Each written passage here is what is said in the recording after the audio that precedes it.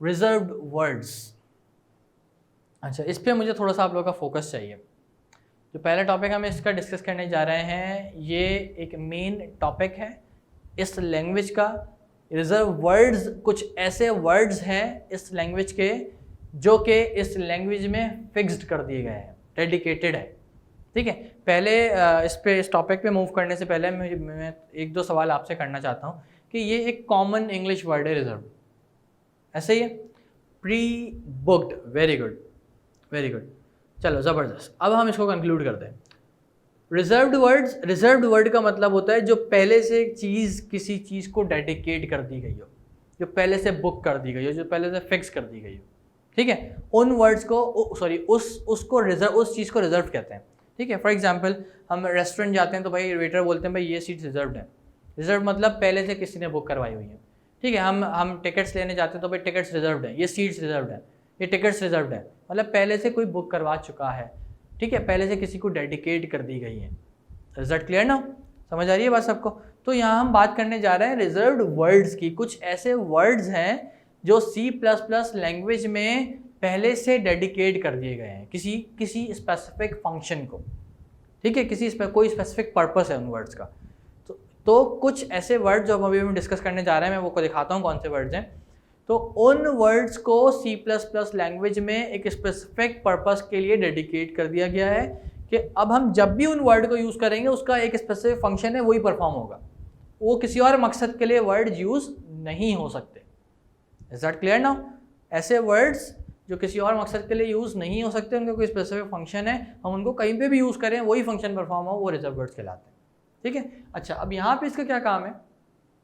A reserved word in C++ is a word whose meaning is already defined. Whose meaning is already defined by the compiler. जो कि उसकी meaning compiler की तरफ से पहले ही define कर दी गई है। मतलब जब कंपाइल होने जाएगा, वो ट्रांसलेट होने जाएगा, तो कंपाइलर को पता है इन वर्ड का क्या मतलब है, कंपाइलर ने वही काम करना है। ठीक है, आगे क्या कह रहे हैं? A reserved words cannot be used as an identifiers. Reserve word को हम आइडेंटिफायर्स के तौर पे यूज नहीं कर सकते। Such as the name of variables, identifiers का मतलब है वेरिएबल का नाम हम रिजर्व वर्ड नहीं रख सकते। वेरिएबल मतलब कोई ऐसी स्टोरेज प्लेस जहाँ पे हम कोई वैल्यू स्टोर करते हैं, उसको वेरिएबल कहते हैं। ठीक है, तो वेरिएबल का जो हमें कोई नाम सेट करना होता है तो वो हम रिजर्व वर्ड के तौर पे नाम नहीं रख सकते। जैसे कि फॉर एग्जांपल एक वर्ड है INT, इंटीजर, वो एक डेटा टाइप है, वो एक रिजर्व वर्ड है। जब भी हम उसको यूज़ करेंगे as a data type use होगा वो। अब हम किसी भी वेरिएबल का नाम इंटीजर नहीं रख सकते, मतलब INT नहीं रख सकते। समझ आ रही है बात? ठीक है, किसी भी फंक्शन का नाम हम रिजर्व वर्ड में से नहीं रख सकते, किसी भी लेबल का नाम हम रिजर्व वर्ड में से नहीं रख सकते। ठीक है, आगे क्या कह रहे हैं? A reserve word is part of syntax and may not have any specific meaning in English language.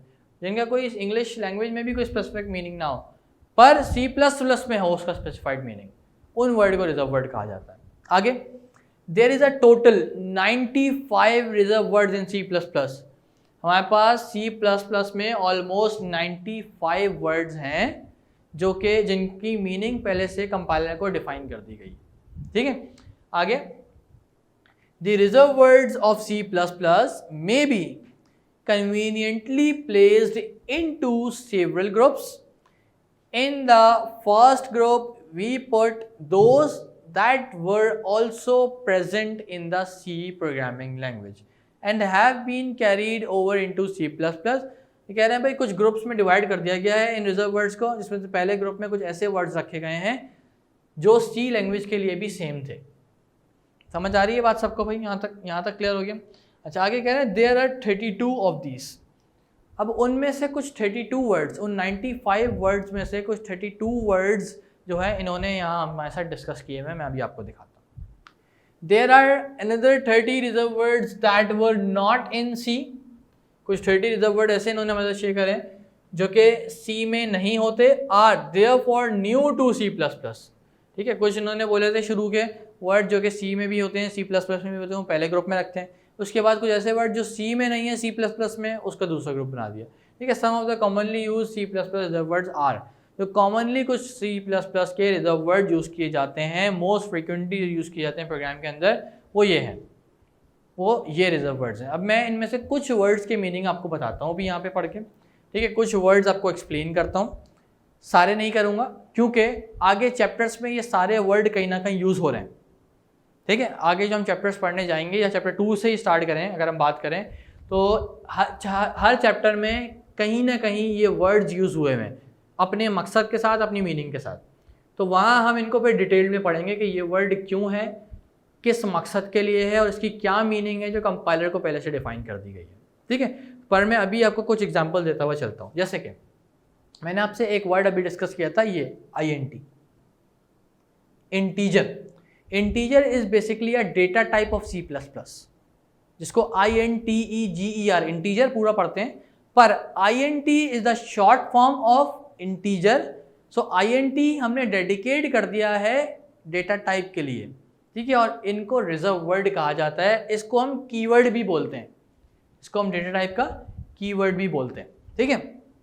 अच्छा, तो डेटा टाइप का बेसिकली क्या है, ये कीवर्ड है, ठीक है। अच्छा, एक तो ये हो गया जो कि डेटा टाइप के तौर पर, और भी डेटा टाइप्स हैं कुछ, जिसमें से मैं आपको बताता हूँ।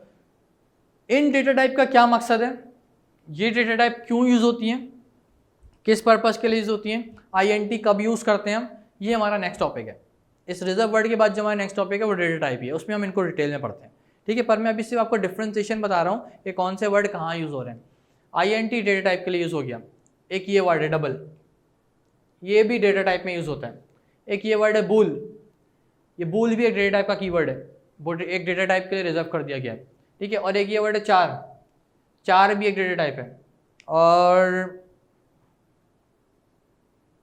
और एक ये वर्ड है फ्लोट, फ्लोट भी एक डेटा टाइप है, ठीक है। तो ये कुछ वर्ड हैं जो कि डेटा टाइप्स के लिए डेडिकेट कर दिए गए हैं। अब और मैं बताता हूँ आपको कुछ एक दो वर्ड्स और।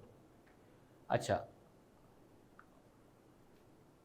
और अगर हम देखें, हाँ, अगर हमें कोई क्लास डिफाइन करनी है तो उसके लिए ये कीवर्ड यूज होते हैं, पब्लिक क्लास या प्राइवेट क्लास, ठीक है। ये आ गया प्राइवेट क्लास, ठीक है। तो हमें कोई क्लास अगर डिफाइन करनी है तो क्लास के साथ हम ये पब्लिक और प्राइवेट यूज़ करते हैं, ठीक है।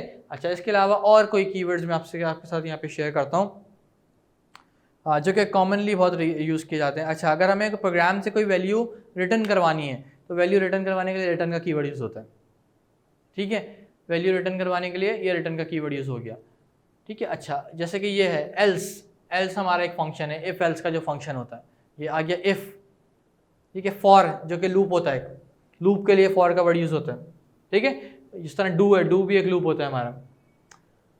Is that clear now? समझ आ गई बात सबको, ये वर्ड्स के मकसद समझ आ गया। तो मैंने कुछ कॉमनली यूज वर्ड जो हैं जो कि अभी हम आगे पढ़ने वाले हैं रिसेंटली, वो सारे मैंने यहाँ डिस्कस कर लिया आप लोगों के साथ, ठीक है। अच्छा, ये तो हो गई बात रिजर्व वर्ड्स की।